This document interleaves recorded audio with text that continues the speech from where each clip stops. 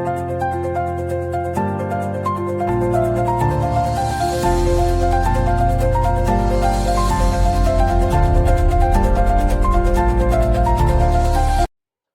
Beautiful souls, कैसे हैं आप सभी लोग।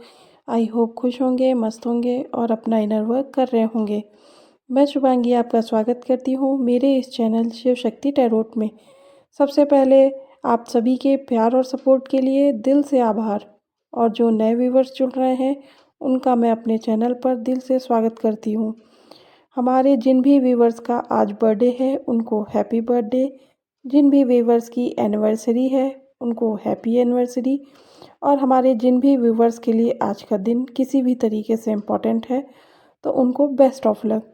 तो आइए तो आज की रीडिंग का टॉपिक रहने वाला है, कौन है जो आप पर नज़र रख रहे हैं, क्यों आपको इंस्पायर करने की कोशिश कर रहे हैं, क्या फीलिंग है, क्या एक्शन है, क्या थॉट है आपको लेकर। इस बारे में आज हम रीडिंग करने वाले हैं और देखने वाले हैं कि वो पर्सन आपसे क्या चाहते हैं। तो आइए देखते हैं। तो ऐसे पर्सन आपके ऊपर नज़र रखते हुए दिखाई दे रहे हैं जिनको कहीं ना कहीं आपने पास्ट में उन्होंने आपको रिजेक्ट किया या फिर आपको इग्नोर किया। ऐसे कोई पर्सन आपको इंस्पायर करते हुए दिखाई दे रहे हैं, या फिर कोई ऐसे पर्सन भी आपको इंस्पायर कर रहे हैं जिन्होंने आपके और अपने रिलेशन में थर्ड पार्टी इन्वॉल्व किया। ऐसे भी कोई पर्सन आपके बारे में सोचते हुए दिखाई दे रहे हैं, या फिर उन्होंने ऐसे भी किसी बारे में कोई पर्सन आपको इंस्पायर कर रहे हैं जिन्होंने आपकी फ्रेंडशिप को प्रायोरिटी न देकर किसी और की फ्रेंडशिप को प्रायोरिटी दी। ऐसे भी कोई पर्सन आपको स्टॉक करते हुए दिखाई दे रहे हैं। तो आइए देखते हैं उनके करंट थॉट क्या हैं आपको लेकर। तो करंट थॉट में वो पर्सन आपके साथ चीज़ों को ठीक करना चाहते हैं। वो पर्सन आपके बारे में बहुत ज़्यादा सोचते हुए दिखाई दे रहे हैं। कहीं ना कहीं वो आपको मिस करते हुए दिखाई दे रहे हैं, आपकी पास्ट की मेमोरीज़ को बहुत ज़्यादा मिस कर रहे हैं।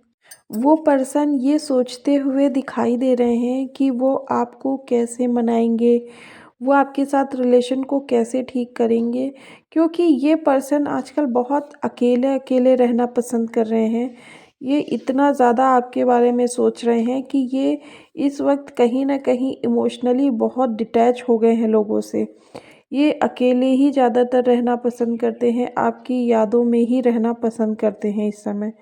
और ये सोचते रहते हैं कि ये चीज़ों को कैसे ठीक करेंगे, आपको कैसे मनाएंगे। कभी कभी ये इतना ओवरथिंक कर लेते हैं कि इनको एंजाइटी होने लगती है, पैनिक अटैक्स आने शुरू हो जाते हैं। ऐसी भी सिचुएशन इनकी बन जाती है कभी कभी।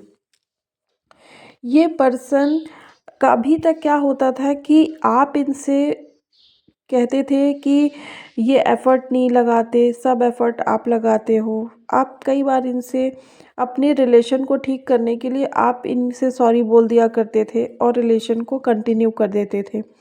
लेकिन जब से आप इनकी ज़िंदगी से गए हैं तब से इनको एक्चुअल में पता चल रहा है कि जो इनके पास हैप्पीनेस थी वो सिर्फ़ आपकी वजह से थी। क्योंकि ये पर्सन पास्ट में बहुत ईगोइस्टिक थे, बहुत कंट्रोलिंग बिहेवियर के थे। शायद इन्होंने लॉयल्टी आपके रिलेशन में नहीं रखी, ट्रांसपेरेंसी नहीं रखी। बहुत एंगर इश्यूज़ भी इनको दिखाई दे रहे हैं कि पास्ट में रहे हैं। इन्होंने रिलेशन को बहुत मैच्योरिटी से हैंडल नहीं किया। इन्होंने आपको कहीं ना कहीं फॉर ग्रांटेड बहुत ज़्यादा लिया था। इस तरीके की एनर्जीज़ भी यहाँ पर दिखाई दे रही हैं।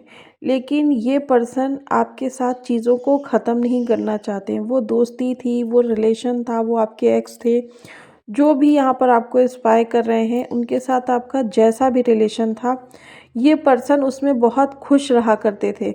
लेकिन अब इनको समझ आ रहा है कि इनकी हैप्पीनेस की वजह ही आप थी। अगर फ्रेंडशिप थी तो जब तक इन्होंने आपको प्रायोरिटी दी फ्रेंडशिप में, तब तक आपने बहुत लॉयल्टी और ऑनेस्टी के साथ फ्रेंडशिप को निभाया। और अगर ये एक रिलेशनशिप था तो इनको समझ आ रहा है कि इन्होंने थर्ड पार्टी में आपको जितना हर्ट किया है, कहीं न कहीं ये झेल रहे हैं तकलीफ़, ये दर्द, ये पेन, ये अकेलापन, ये इन्होंने खुद से चूज़ करा है।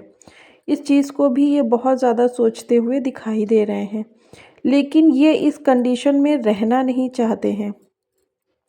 ये आपके साथ रिलेशन को एंड नहीं करना चाहते हैं। एक्चुअल में इनको आपकी वर्थ जो है वो अब पता चल रही है।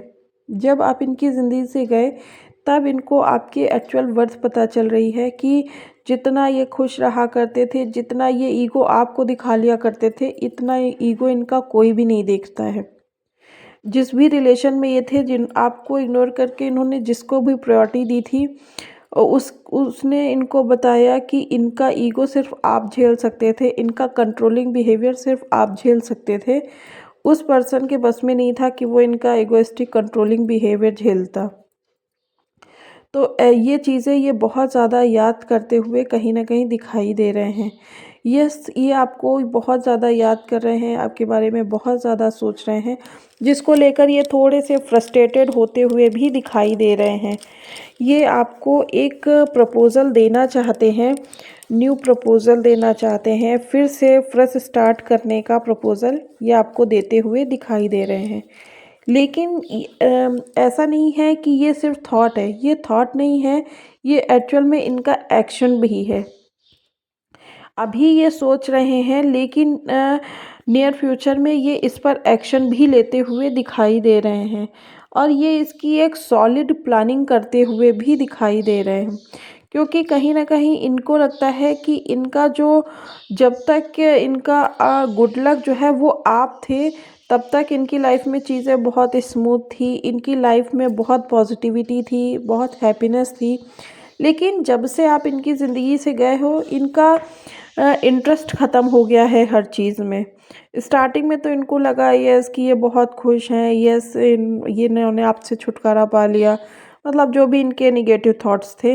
लेकिन वक्त के साथ इनको ये समझ में आया कि ये दुनिया की भीड़ में भी खुद को अकेला महसूस करने लगे, क्योंकि कहीं न कहीं आप इनको कभी भी अकेला होने नहीं देते थे, आप हमेशा इनको हैप्पी रखने की कोशिश किया करते थे। लेकिन अभी इनको जिसको भी इन्होंने प्रायोरिटी दी, उसने कितना भी आपका रिलेशन ख़त्म कर दिया हो, लेकिन इनके दिल से वो पर्सन आपको नहीं निकाल पाए। तो अभी इनको एक्चुअल में रियलाइज़ हो रहा है कि इन्होंने क्या कर दिया है। इन्होंने अपना रिलेशन नहीं संभाल पाया, वो दोस्ती का हो, फ्रेंडशिप का हो, या फिर एक्स हो, नेक्स्ट हो, जो भी है, इन्होंने अपना रिलेशन नहीं संभाल पाया। इस चीज़ को लेकर ये बहुत ज़्यादा उदास होते हुए भी दिखाई दे रहे हैं। कहीं न कहीं ये पर्सन आपके पास आना चाहते हैं, आपसे चीज़ों के बारे में बात भी करना चाहते हैं, लेकिन इनको ये समझ में नहीं आ रहा है कि ये